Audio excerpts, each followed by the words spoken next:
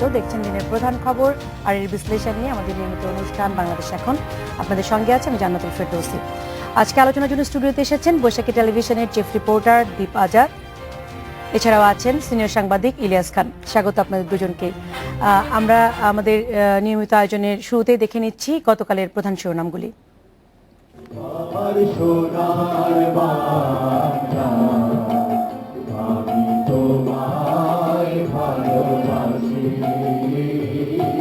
BNP নেত্রী খালেদা জিয়ার সংলাপের প্রস্তাব নাকচ করে দিয়েছেন প্রধানমন্ত্রী শেখ হাসিনা। তিনি বলেছেন, যার হাতে রক্ত লেগে আছে তার সাথে আলোচনা নয়। এখন উনি সংলাপ করে যাচ্ছেন। ফোন করলে গালি শুনবো, ছেলে মলে বাড়ির সামনে গেলে ঘরে তালা, ঢুকতে দেবে না, গেটে তালা, তাহলে সংলাপে আকাশে হবে। তো ওনার সাথে কিসের সংলাপ? খালেদা জিয়ার সন্ত্রাসী কর্মকাণ্ড বন্ধ করে শান্তির পরিবেশ সৃষ্টি করলে আলোচনায় বসা সম্ভব হতে পারে বলে মন্তব্য করেছেন আওয়ামী লীগের সাধারণ সম্পাদক সৈয়দ আশরাফুল ইসলাম। মানুষ মারা বন্ধ করেন, শিশু মারা বন্ধ করেন, নারী মারা বন্ধ করেন, দিন মজুর মারা বন্ধ করুন, ছাত্র প্রবাসী পুলিশ মারা বন্ধ করুন, তাহলে এই দেশে একটা শান্তির পরিবেশ আসবে। সেই শান্তির পরিবেশেই আপনার একমাত্র আলোচনা হওয়া সম্ভব। বিএনপির যুগ্ম মহাসচিব সালাউদ্দিন আহমেদকে পরিবারের কাছে ফিরিয়ে দেওয়ার দাবি জানিয়েছে সুপ্রিম কোর্ট বার অ্যাসোসিয়েশন। সরকারকে সালাউদ্দিন আহমেদকে অক্ষত অবস্থায় তার পরিবারের কাছে ফেরত দিতে হবে। এটা একটি অত্যন্ত মানবিক ব্যাপার।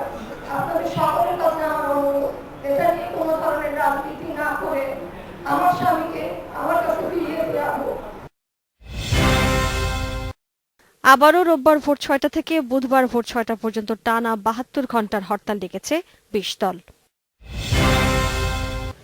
অভিজিৎ হত্যা তদন্তে শুধু কারিগরি সহায়তাই দিতে পারে এফবিআই। খুনিদের ধরতে হবে দেশের আইন শৃঙ্খলা বাহিনীকেই মত দিয়েছেন অপরাধ বিশেষজ্ঞরা।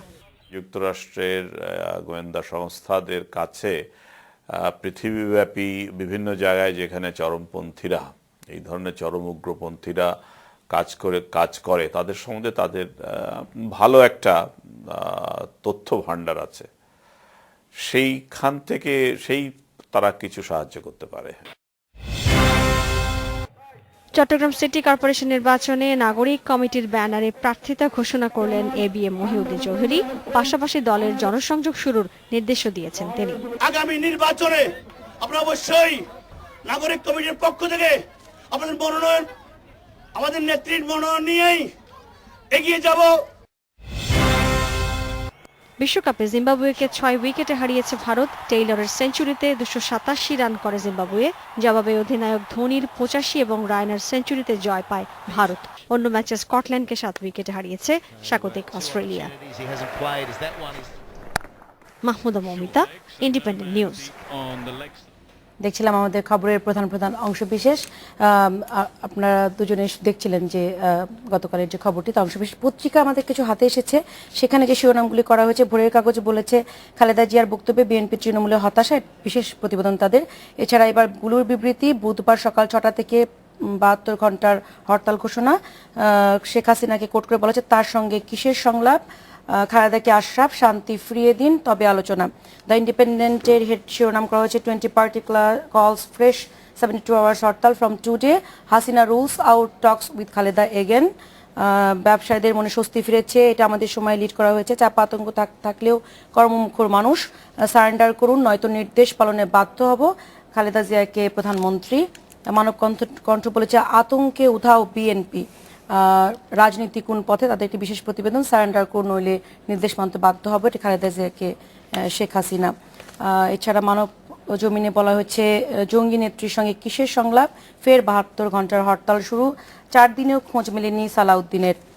আলোকিত বাংলাদেশের সংলাপ প্রস্তাব নাকচ, একই হেডলাইন সবাই করেছে সালাউদ্দিন নিখোঁজ, রহস্য কাটছে না, আজ থেকে ৭২ ঘন্টার হরতাল। ঢাকা ট্রিবিউনে চমৎকার একটি কার্টুন আঁকানো হয়েছে, চমৎকার বলছে এই অর্থে খুবই ফানি। 69, 68, 70 ডেজের একটি স্কেল দেখানো হয়েছে। বলা হয়েছে between a rock and a hard place everyone will realise that the battling camps need to compromise. এই ছিল পত্রিকাগুলির। এছাড়াও government still clueless about Salahuddin, একই ধরনের শিরোনাম আসলে আমরা দেখছি বেশিরভাগ পত্রিকা যে শিরোনামগুলি করেছে সাধারণত এদিক ওদিক হয়। আজকে আমরা দেখলাম যে ঘুরে ফিরে 3-4টি খবর সবগুলি পত্রিকারই শিরোনাম। আমাদের প্রথমে যদি আমরা আসি, বিএনপি নেত্রী খালেদা জিয়ার সংলাপের প্রস্তাব নাকচ করে প্রধানমন্ত্রীর যে আজকের বক্তব্য আমরা কৃষিবিদ ইনস্টিটিউশনে দেখেছি।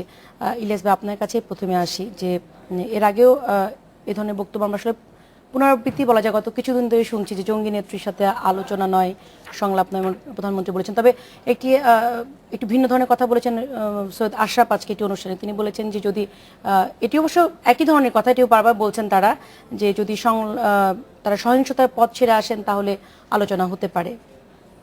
না, ধন্যবাদ আপনাকে এবং একই সঙ্গে ইন্ডিপেন্ডেন্ট এই টেলিভিশন আজকে যারা এই টক শো দেখছেন, দেশে এবং বিদেশের দর্শকদের, শ্রোতাদের ধন্যবাদ জানাচ্ছি। আসলে আমি যেটা বলতে চাই যে প্রধানমন্ত্রী কি রূঢ়ভাবে বলেছেন যে তার সঙ্গে সাবেক প্রধানমন্ত্রী বেগম খালেদা জিয়ার সঙ্গে কিসের সংলাপ। গণতন্ত্রে সবচেয়ে বড় বিষয় হচ্ছে সহনশীলতা। গণতন্ত্রে সহনশীলতা থাকতে হবে, গণতন্ত্রের একটা কম্প্রোমাইজিং অ্যাটিচিউড থাকতে হবে। কিন্তু আমরা অত্যন্ত দুর্ভাগ্যজনকভাবে গত 3 মার্চ থেকে যে আন্দোলন শুরু করেছে বিএনপি, অবরোধ থেকে শুরু করে হরতাল, আমার মনে হচ্ছে, আমি যেটি মনে করি এখন যে অচল অবস্থা চলছে দেশে, এটি একমাত্র সমাধানের পথ হচ্ছে সংলাপে বসতে হবে। উনি বারবার বলছেন, মাননীয় প্রধানমন্ত্রী বলছেন, তার মন্ত্রীরা বলছেন যে জঙ্গি নেত্রীর সাথে কিসের সংলাপ। সংলাপ যে কোনো অবস্থা, এটি একটি ভুল টার্ম। নাম্বার 2, আমরা একটা বিষয় কিন্তু দেখেছি 2009 সালে যখন 56 জন সামরিক কর্মকর্তাকে হত্যা করা হয়েছিল পিলখানায়, যাদের বিরুদ্ধে সুনির্দিষ্ট অভিযোগ ছিল যে যারা হত্যা করেছে, তাদের সঙ্গে কিন্তু মাননীয় প্রধানমন্ত্রী সংলাপে বসছিলেন যে এই সমস্যা কীভাবে সলিউশন করা যায়। আমাদের নিশ্চয়ই মনে আসে কিন্তু সেটি পৃথিবীর বিভিন্ন জায়গায় দেখা গেছে যে ধরেন তালেবানের সাথে কিন্তু সংলাপ হচ্ছে, আইএসের সাথে সংলাপের চেষ্টা করা হচ্ছে, ইরান, মার্কিন যুক্তরাষ্ট্র দীর্ঘদিনের মধ্যে বৈরী সম্পর্ক, তারা কিন্তু সারা বিশ্বে শান্তি আনার জন্য সংলাপ করছে। কিন্তু আমাদের প্রধানমন্ত্রী যে একদম আউট অ্যান্ড আউট করে দিচ্ছেন যে না, কোনো সংলাপ হবে না, সংলাপ করা যাবে না, এটি তো আসলে সলিউশন না। এই কারণে আমি বলি যে ধরেন আজকে যে বিরোধী দলের উপর দমন পীড়ন চলছে, কোনো কারণে ধরেন এই দমন পীড়নের কারণে বিরোধী আন্দোলন থেকে সরে গেল, তারা কিন্তু শক্তি সঞ্চয় করে আবার আন্দোলন করবে। কারণ বিরোধী দলে এখন প্রধানদের যে দাবি সেটি হচ্ছে একটি নতুন নির্বাচন। 5 জানুয়ারি নির্বাচন কিন্তু সারা বিশ্বে প্রশ্ন রয়েছে, বাংলাদেশ তো রয়েছে। সরকারি হিসাব মতেই মাত্র 18% লোক ভোট দিয়েছে, বাকি 82% লোক কিন্তু ভোট দিতে যায়নি বা যেতে পারেনি। এটার হিসাব হচ্ছে 153 আসনে বিনা ভোটে নির্বাচিত হয়েছে, সেখানে কোনো ভোট হয়নি। বাকিগুলোতে বলেছেন যে 40% ভোট পড়েছে, সরকার নির্বাচন কমিশন দাবি করেছে। কিন্তু আপনাদের টিভি সহ বিভিন্ন গণমাধ্যমে কিন্তু আমরা দেখেছি ভোট কেন্দ্রে কারা ছিল, ভোট কেন্দ্রে কোনো মানুষ যায়নি, কুকুর বিড়ালের ছবি এই দৈনিকগুলোতে ছাপা হয়েছে, টেলিভিশনে আমরা দেখেছি। তো এখন যে এটাকে আমি কি বলবো, গোয়ার তুমি বলবো, অন্য ইগো বলবো কিনা, এই অবস্থা থেকে আমাদের বেরিয়ে আসতে হবে। আসলে আমাদের একটা সলিউশন দরকার। আমরা বিভিন্ন জায়গায় বারবার বলে আসছি যে বাংলাদেশে এখন যে অবস্থা, এই অবস্থা থেকে যদি আমরা সামনের দিকে এগিয়ে যেতে চাই, এটি তো সত্য যে 90 সালে স্বৈরাচার এরশাদের পতনের পর যে গণতান্ত্রিক একটি পরিবেশ শুরু হয়েছে বাংলাদেশে, বাংলাদেশ কিন্তু সামনের দিকে এগিয়ে যাচ্ছে। প্রতিবার আমরা কি দেখছি, নির্বাচনের পরে বা নির্বাচনের আগে দীর্ঘদিন আন্দোলন সংগ্রাম হচ্ছে। এটি তো হওয়ার কথা না। আমাদের আজকের এই বাংলাদেশের বয়স 44 বছর, আমরা কিন্তু সুনির্দিষ্ট একটি নির্বাচন পদ্ধতি আজও বের করতে পারিনি। এটা কিন্তু খুব আনফরচুনেট। আমাদের পার্শ্ববর্তী দেখেন, ভারতে দেখেন 100 কোটি মানুষ, তারা কিন্তু নির্বাচন নিয়ে কোনো কথা নাই। যেমন 91-এ যখন বিএনপি নির্বাচিত হয়েছে, আওয়ামী লীগ বলেছে সূক্ষ্ম কারচুপি হয়েছে। আবার যখন আওয়ামী লীগ নির্বাচিত হয়েছে, বিএনপি বলেছে। সংলাপের কথা যদি বলছেন, আসলে আমি কিন্তু আপনার সাথে একমত। কোন জায়গায় একমত? সেই জায়গায় একমত যেখানে হচ্ছে যে কোনো সমস্যা যদি উদ্ভূত হয়, সেই সমস্যা আলোচনার মাধ্যমে সমাধান করার। কিন্তু আপনি যদি আমাকে বাধ্য করেন, আপনি যদি মানুষ হত্যা করে যদি আমি বলেন যে আমার সাথে আলোচনায় বসতে হবে, আপনি যদি পেট্রোল বোমা ছুড়ে বলেন যে আমার সাথে আলোচনায় বসতে হবে, আপনি নিরীহ মানুষ, যে মানুষগুলোর সাথে রাজনীতির কোনো সম্পর্ক নাই, যে মানুষগুলো কোনো আপনার যারা দিন আনে দিন খায়, যে মানুষগুলো এই সমস্ত যে রাজনীতির যে কুটচাল বলেন আর সুচল বলেন, গণতন্ত্র বলেন, এই শব্দগুলোর সাথে যে মানুষগুলোর কোনো পরিচয় নাই, যে মানুষগুলো এটা নিয়ে ভাবে না, সেই মানুষগুলোকে যখন আপনি হাতিয়ার করে যখন আপনি বলবেন যে আমার সাথে সংলাপ করতে হবে, সেটা কি সংলাপ করা? যদি বলেন এই যুক্তি, সেই যুক্তিতে কিন্তু সংলাপ, কিন্তু প্রধানমন্ত্রী বলছেন সেই যুক্তিতে সংলাপ হবে না। আপনি যে সংলাপ চাপিয়ে দেওয়ার চেষ্টা করেন, আমাকে বাধ্য করেন যে আপনি মানুষ হত্যা করলেন, 100 বেশি মানুষ হত্যা করলেন, তারপরে বললেন যে আমার সাথে এই অচলাবস্থা তৈরি হয়েছে, এখন আপনি আমার সাথে সংলাপ করেন। সেই যুক্তিতে কিন্তু প্রধানমন্ত্রী বলছেন যে সেই যুক্তিতে সংলাপ হবে না। আরেকটা বলছেন যে আপনারা আসলে আন্দোলন যদি কথা বলেন সেটি যদি একটু বলতে হয়, তাহলে আমি আজকে একটু মানে সামাজিক যোগাযোগ মাধ্যম ফেসবুক থেকে একটি ছোট্ট কয়েকটি লাইন আমি তুলে নিয়ে আসছি। আমি যখন একটু মানে শুনছিলাম তখন একটুখানি আমি একটু পড়ে শোনাই। আন্দোলন হচ্ছে, আমি সংলাপে এসে বলছি, আন্দোলন গাছের ফল নয়, আন্দোলন মুখ দিয়ে বললেই করা যায় না। আন্দোলনের জন্য জনমত সৃষ্টি করতে হয়, আন্দোলনের জন্য আদর্শ থাকতে হয়, আন্দোলনের জন্য নিঃস্বার্থ কর্মী হতে হয়, আন্দোলনের জন্য ত্যাগী মানুষ থাকা দরকার, আর সর্বোপরি জনগণের সংঘবদ্ধ ঐক্যবদ্ধ সমর্থন থাকা দরকার। আমরা ব্রেক থেকে এসে আবার অদীপ ভাই আপনাদের দুজনের কথা শুনবো। ব্রেক থেকে আসছি, নিচ্ছি 30 সেকেন্ড একটা বিরতি।